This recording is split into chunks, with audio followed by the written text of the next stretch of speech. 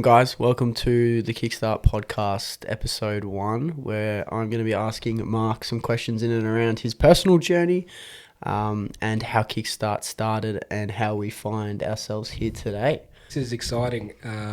This has been a long time coming. I think we've been trying to organise this podcast for about, maybe 3 months now, possibly a bit longer. But it's always been something on Charlie's heart and my heart, just to get this up and going, and really excited to see who we can have on here. Hopefully get some professionals on here and some people who have some great influence and great insight and great wisdom, just to share with the world. That's what it's about: educating the world, entertaining the world, or our viewers, I should say, and just bringing that quality. So really pumped, because we really do want it to be a podcast that services parents, youth workers, pastors, people working within any youth space in general. So for sure. That's the heart of this. There's gonna be a vast variety of different peoples and walks of life that we'd love to get onto this podcast to hear their heart and what they've learnt and what they can contribute to the world. For sure. It's really exciting. 100%. So I guess we're in the first episode, so we might, go to the grassroots of how this all began and how Kickstart was created and where it was inspired from. And it all kind of, if we go back, it kind of leads to my story of how I was inspired to start working with young people. So when I was a teenager, I'm just trying to think of how far back do I go. So when I was a teenager, I didn't have a lot of good role models in my life. I grew up without a father. I had a father for a few years, but I didn't really know my real father until I was about 13, 14 years old, and I met him once, and then that was it. So as a young person without a father, is this really loud? No, it's good. No, it's good. Okay, no, it's good. As a young person without a father figure in my life, I was looking outwardly to try and find that fatherly love or that acceptance or that affirmation. And it's interesting as you get older, you don't really figure these things out when you're young. Obviously you don't figure these things out when you're young because you're not self-aware, but when you get older you start to think, oh wow, okay, that's why I did what I did, and that's the reason why I made those choices, or while I was insecure about this thing and blah, blah. So, it's a journey of self-discovery and awareness of who we are as people, and hopefully everybody gets to that point where they can grow and, have that self-reflection and self-awareness. But I didn't realize till later on in life that I was like, oh wow, a lot of these decisions was made because I didn't have a father in my life. And so didn't have that father, and was really looking for acceptance by different groups. Identity as well was a big thing, because I really believe like a father speaks identity over their kids. The mother nurtures, but a father saying that he's proud of his son, that his son's a champion, that he's loved, all those things really forms a strong and healthy identity over a young person, male or female. So just not having that in my life, it's just you try and form your own identity. You try and figure out who you are, and you kind of look at what everybody else is doing, what the cool people are doing, and you fit in. So I used to hang out with a lot of young people who were also trying to figure out their identity. A lot of them, funnily enough, a lot of them didn't have fathers as well. So we kind of like bonded over our brokenness in a way. And some of them now are still making bad choices and gone down a negative path. But it's kind of what you do with those choices when you've been given them, and when you've been self-aware of those choices. You get to a crossroad, you're like, all right, cool, I don't want to do that anymore. Anyway, so went down a path of drugs, drinking, partying, all that type of thing.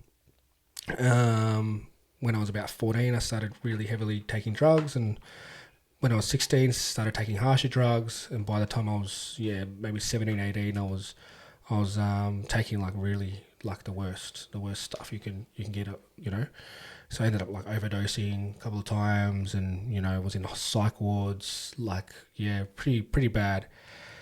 And so from that point, I guess it wasn't fun and games anymore. It was more just like life controlling issues.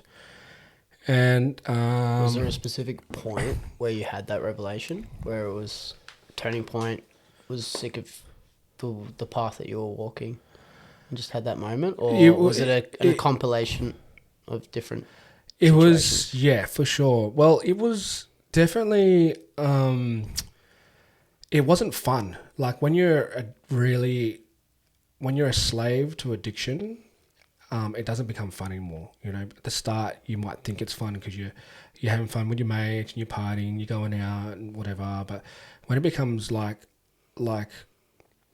a point where every day you're craving it, you're treating your family like crap, and you know better, and all those things, you start to realize, okay, hold on, this is not how I was brought up. Like, my mother was amazing. I would always hear a voice at the back of my head saying, don't do drugs, God loves you, don't do this, don't do that. And so it was almost like I had a heightened consciousness because of her. So I knew what I was doing wasn't right, and I was better than that. But yeah, I guess it was a compilation of things that made me feel like that. Like, definitely the overdoses. I was in hospital for a couple of them. And so when I came out of hospital, I was like, oh man, I could have died last night, Yeah. That's where it really was a big wake up call for me. But yeah, so just trying to gather my thoughts of where it was from there. But I eventually, a friend of mine invited me to church. Well, it was actually my mum's friend's son invited me to church, and I was trying my best to get off drugs at that time, and I was like, oh, you know what, I might as well go. Like, what's the worst that can happen, And I thought I might check out some nice looking girls and all the rest of it. So I went, and it was cool. It was cool. It was really warm. I felt really welcomed by everybody. So I kept going for about 6 months, but at the same time I was still caught up with all that stuff, drugs and whatnot. And then yeah. So basically, after 6 months, I ended up overdosing again. Yeah. But this time around, I was going to the church, so I could remember hearing the preacher talk about a new life and how, I don't need to go down that path, and Jesus can give you a new life. And so I wasn't really ready to commit. I was still enjoying what I was doing and still enjoying the party lifestyle. But I liked the church because it was warm and it was peaceful. So overdosed, real bad, almost died, went to hospital again, woke up, full paranoia, psychosis, all in one trip, right? So like all in one night, all these things happened. And then I just sat, I got home like a couple of days later or the following day or whatever. And then I sat on the edge of my bed. I was like, man, look at my life. Like, I'm, just living this life of destruction. How do I escape this? And I'd hear the preacher's voice saying, give your life to Jesus. He's the option. He's the answer. And I was like, oh, wow, okay. And so I just said it. I just said a prayer. I was in my room. I was like, all right, God, if you're really real and you're there and you're out there and you do love me, I give my life to you. I surrender everything to you. I'm done. And, I've tried every single drug there is under the sun. And the feeling I had when I encountered Jesus for the first time was the most surreal, realist experience. It was just total love, peace, Wow. purity coming and washing my soul, and just came into my room. And I actually ended up crying like a baby in my room. I was just on my knees and going, "Oh wow, you're real, God, you're real." The first time I encountered God, and it wasn't like a trip. Some people say, "Oh, well, you were substance affected, and you might have been, having a psychotic episode or whatever." When you've been doing drugs for as long as I did, and I knew a lot about drugs, like I did everything from hallucinogenics to, whatever, what's a drug and what's not. And this definitely wasn't. It was like a spiritual encounter. So since that moment, I was very inspired to help people. So that's what catapulted my inspiration to help. So I wanted to help my mates get off drugs. I wanted to help anybody who wanted help to get off drugs. And so it was my mission then to do that. And I was mowing the lawn one day and I got this download, and the download was to create this crystal meth awareness program and to go out into to the schools and, share with them this program. And it was all written out and, it just came to me. It was awesome. Formatted it, and I was only really young. I was only like, I think 20 or 21 when I got this download. And so I went to the schools, and I remember, and I said to them, look, I want to help people and I want to pitch this to your school and blah, blah. But I guess it was because of lack of experience, definitely.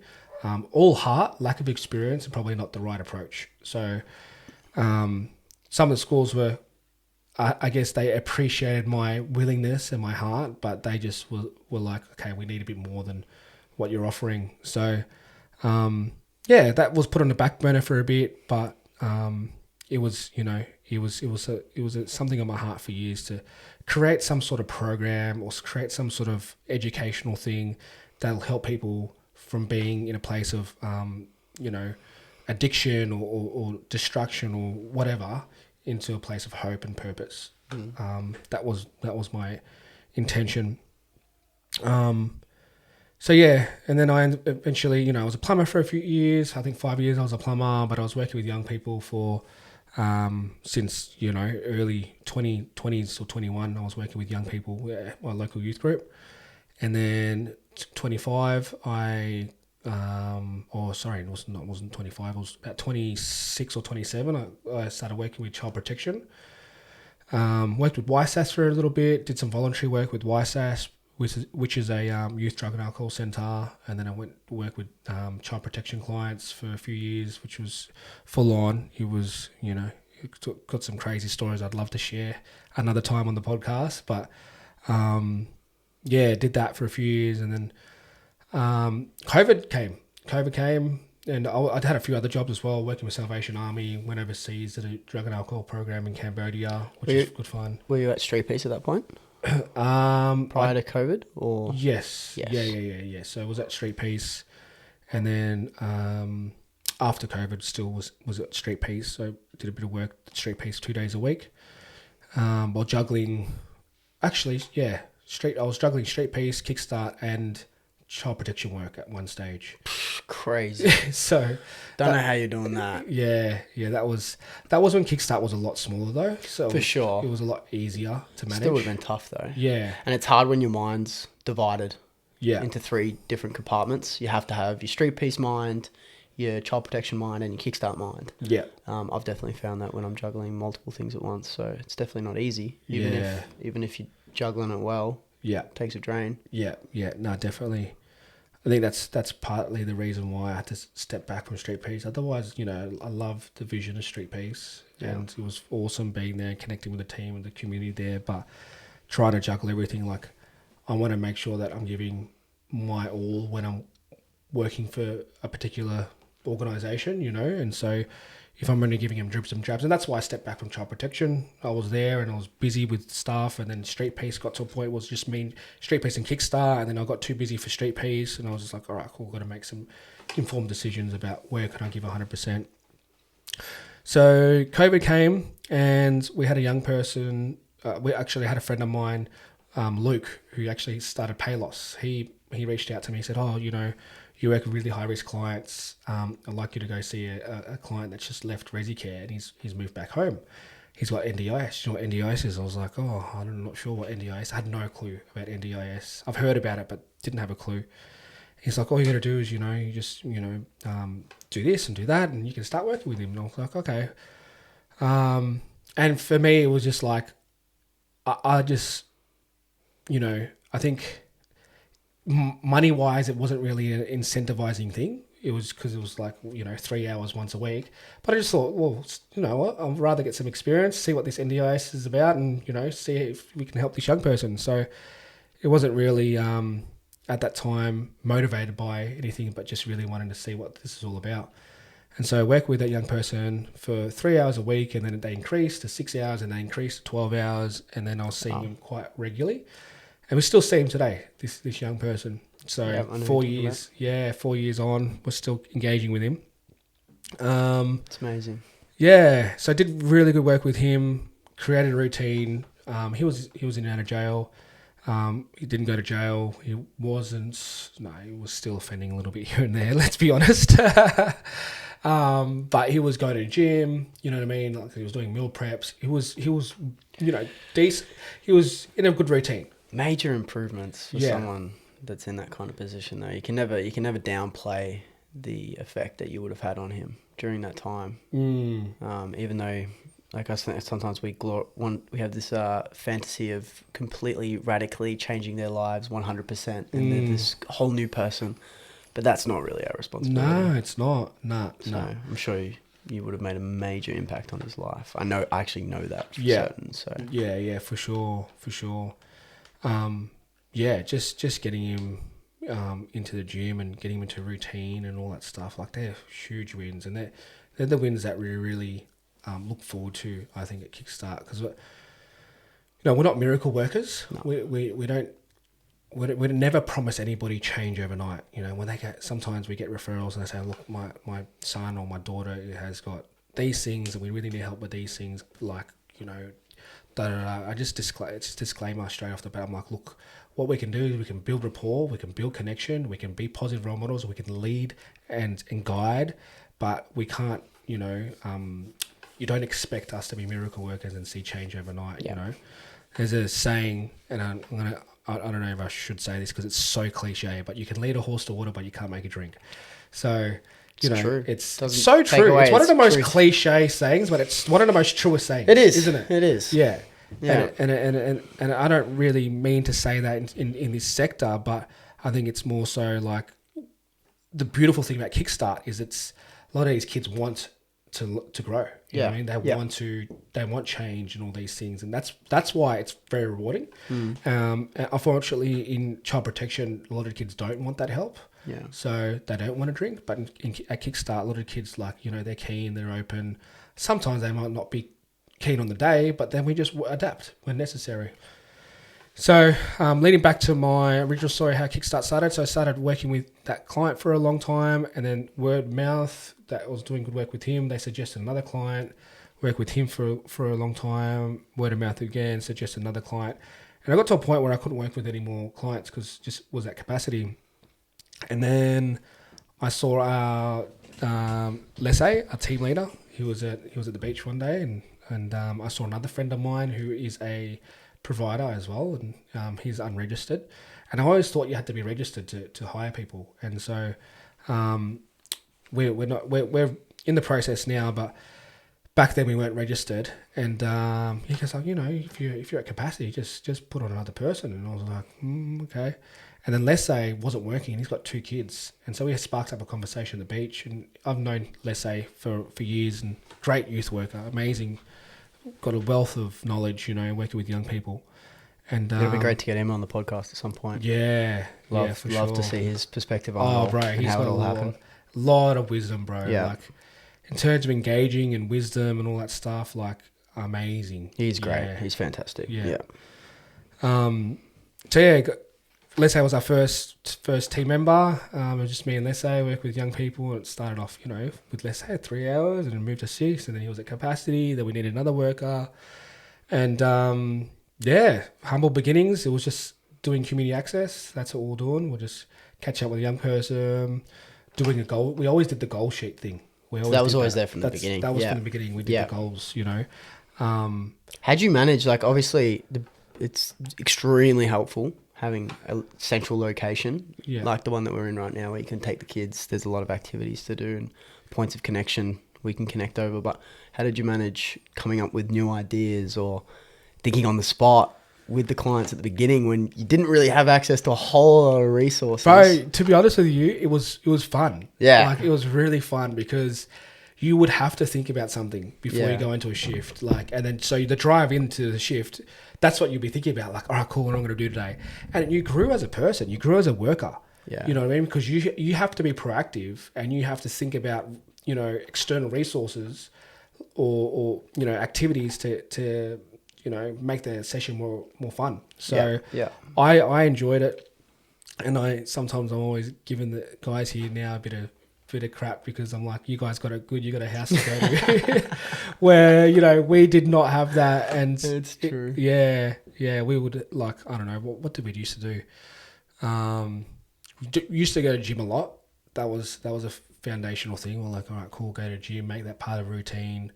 Cook up at their house. We did a little cooking at their house, did a lot of bushwalking. We did do the mountain bike riding thing. Yeah, a few paid activities, but yeah, I can't remember. It's so long now, but There's so much to do though. There's Yeah. always something to do. And Yeah. Get creative. You know, even to this day, like for sure the hub house is great, but the crew's great at coming up with new ideas. Yeah. Doing something new and exciting. for sure. Like literally, I just helped one of the clients make a music video, which was super cool. So last week on the Tuesday, we went out and just shot some clips in different locations, got creative, came up with some cool ideas, cool shots, and yeah. And then even today, just editing it together was just an amazing, cool, new, exciting experience Yeah, that I bet. he and I had never done before. So. Yeah. Yeah. You know, there's always new things to do. You just got to For be creative with it. 100%. But And I think, like, you think of a plumber, and he's got the plumber. Their tools are, you know, a wrench and a hammer. Our tool set is literally like being innovative and Yeah. pulling out certain things, like what are we going to do on a rainy day? What are we going to do when they're not filling up for the gym? What are we going to do when this happens? How are we going to engage? Like, our toolkit is all here. You know Yep. what I mean? Yep. It's all here in the head and in the heart. But yeah, it's totally different approach compared to, you know, using your hands and all that stuff. And even like our toolkit in terms of engagement, you know what I mean? Like, when are you going to use empathy? When are we going to be patient? When are we going to be jovial and fun and joking around? And when's it time to be serious? When's it time to be quiet? You know what I mean? Like, that's all part of the toolkit, and it's all part about reading the young person, behavior modeling, analyzing, discerning.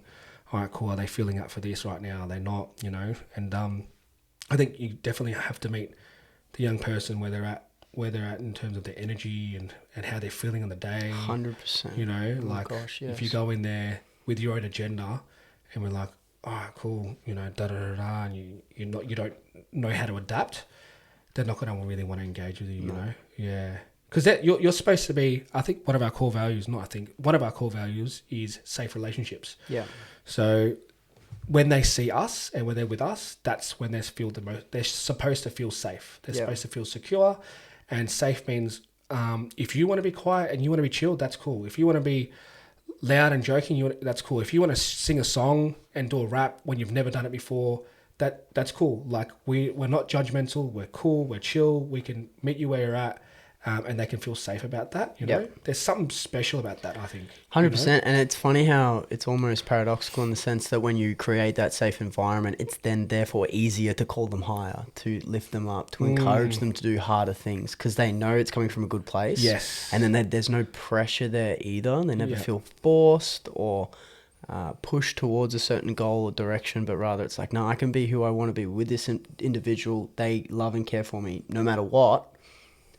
But when they call me higher, because I have this connection with them, I actually want to. I do want to follow their lead, follow the direction that they're pointing you in. Yeah. Instead of from the get go, it's like let's get going. We're going this way, and there's no ifs or buts. It just causes so much tension, and they'll tend to defer and rebel from that, as they do with many authority figures, as you do when you're a kid, really. And I think you make a good point. It's because you care. If you show them that you care and you show them that you have their interests in, their interests in mind, you know, they can trust the process. They know that, all right, cool, he's not just being this as, you know, he's not just suggesting these things to be a tyrant. He's actually doing it because he knows that's the best of my interests, you know. Like working with that young person I'm working with now, you know, built a really great relationship. The one you saw today, built a really good relationship with, continuing to build this great relationship with him. But it's like, all right, cool, we're teaching you that you need to wash your clothes regularly, that you need to tidy up after yourself. We're not just here because we're ticking off a list. It's because we want you to grow. Because eventually you'll have your own place. He's already been pushed. He's only young and he's already got his own place. But, you know, it's a good little, I guess, training ground for him. Because who knows? Like, they might say, anything can happen at NDIS. You know, they might say, all right, cool, you know, we're going to cut back your supports and we have to do what we have to do, you know, while we have him, you know, in this time that we have him, we have to do, I guess, the best support we can provide for him, you know? Yeah. Yeah. Yeah. 100%. And so I think we'll get those beautiful points there, but we'll go back onto track. So essentially, yeah, you started off, you built a few extra workers, been building. How did the conversation come up for the hub house? How did that all come out to play? Yeah, good question. That was a really good learning curve for me. That was like, as a business person, it was a really interesting journey, that one. So went to a few different NDIS expos, and I was watching what everybody else is doing, and you know, I saw that there was a lot of day centres, a lot of SEAL, SDA, whatever, all those things, but there wasn't really anybody doing just community access. And I think community access is good for a short time, but after a while, I don't know.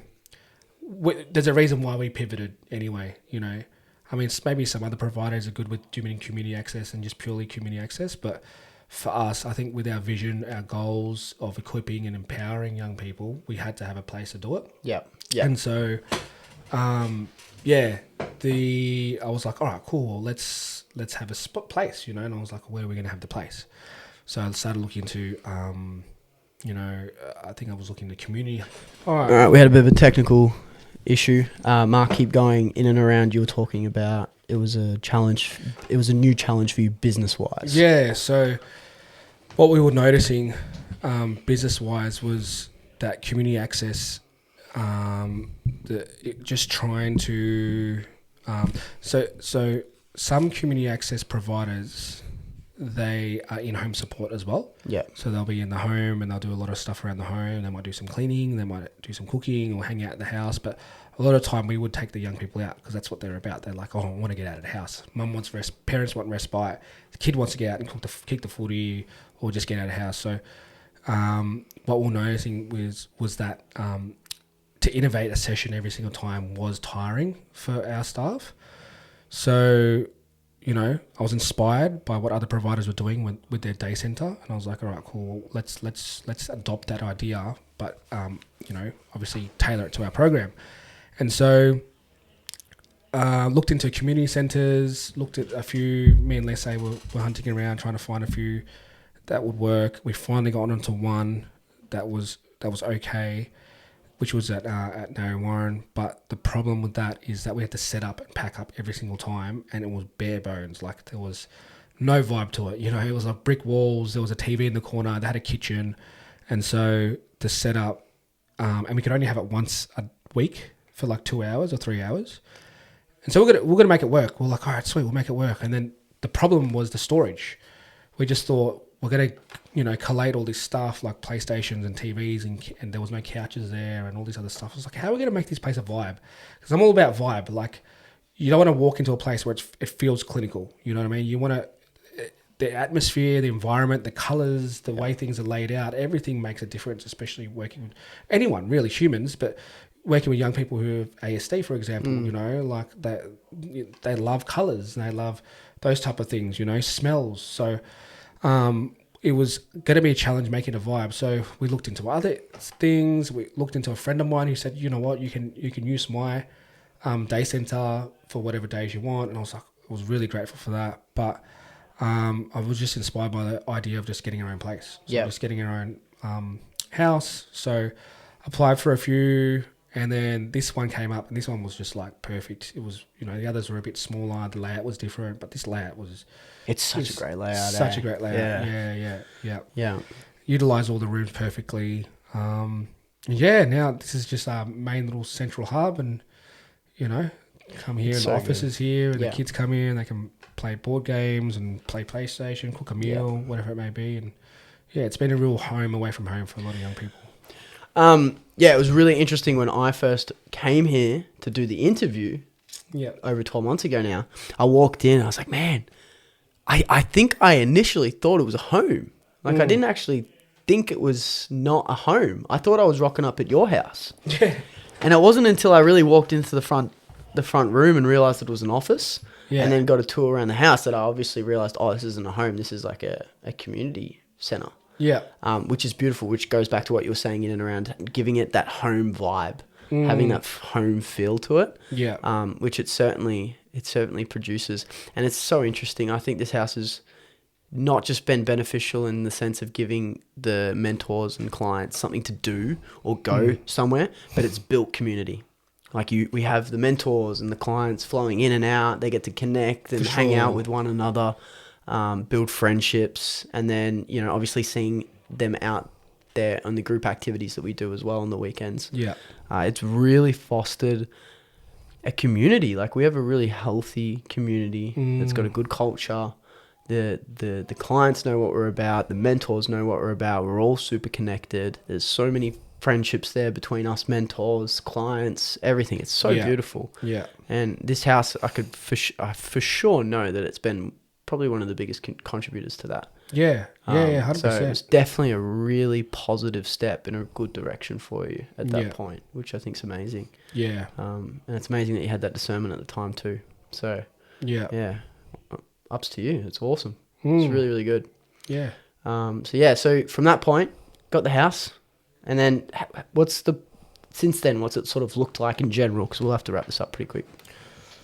What's it look like? Well, like you just touched on, you know, we've been able to have a central location where kids can, you know, create connection, friendships, build a really good community. We've got certain nights that, you know, where they'll have like a board game night or a pizza night, which we're growing in that area. I think it can be challenging because, you know, certain things are sometimes inconsistent, but we're trying to create a space where we can have some consistent nights as well. But yeah, it's really just been able to ground us, I think, and even for the team, you know, just having, you know, different members of the team come along and work from here as well, and that creates an awesome team environment. Yeah, you know. So yeah, it's been good. I think we've got a few things in the pipeline at the moment, which I probably won't share on, but you know, it's things coming. Yeah, be some big things coming. But yeah, I think at the moment we're just, you know, the main thing now is just focusing on just our quality. It's always a quality thing, you know.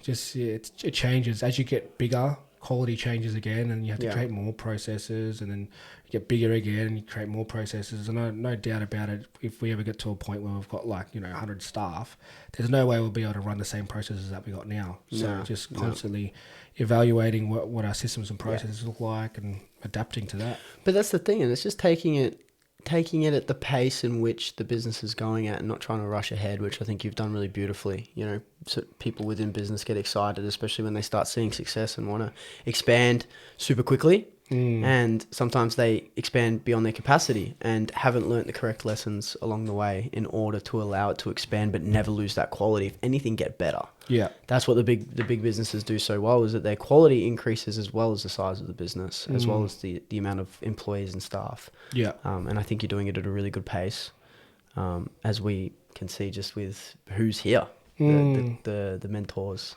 even the clients. Where, you know, you're very particular with who we work with.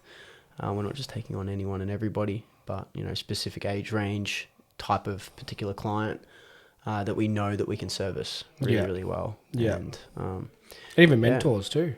Well, it's the same. Yeah, exactly. Staffing, just like selecting the right people. It's so crucial. So crucial. And yeah, you've done it beautifully, man. And you're a good boss. He's a good boss, everybody. But I reckon we might leave it there, unless there's anything else that you'd like to touch on. No, before we go. I think it was good. Yeah, just grateful, really, just to be here. Never would have thought would be here, and just doing what I love every day and seeing change and impact on a daily is, you know, there's literally nothing better. Yeah. Like I say it to you all the time, like, I've got the dream job, and I truly believe that I have the dream job. I couldn't ask for it. I'd rather do this than, you know, be making millions of dollars or whatever else. Like, this is where my heart is at, you know, making impact, changing people's lives, seeing, you know, kids grow in confidence, self-esteem, build friendships, build relationships. You know what I mean? It's just, yeah, it's really good, and even just like having, you know, a great team around me as well. You know, just finding that support. I think, you know, it's being a sole trader, getting to these things as a sole trader, and just seeing where I'm at now, and having such a solid team. That's really, you know, it's rewarding. Yeah. Yeah. Yeah, awesome. Well, thank you guys for tuning in, and we'll be back shortly with a new episode, and hopefully we'll be pumping these out more and more often and getting new people on the podcast to bring what they've got. So, Awesome. yeah, we'll see you on there. Thanks, Charlie. Thanks for having us. Thanks, Mark. Thanks, guys. Good stuff. Awesome.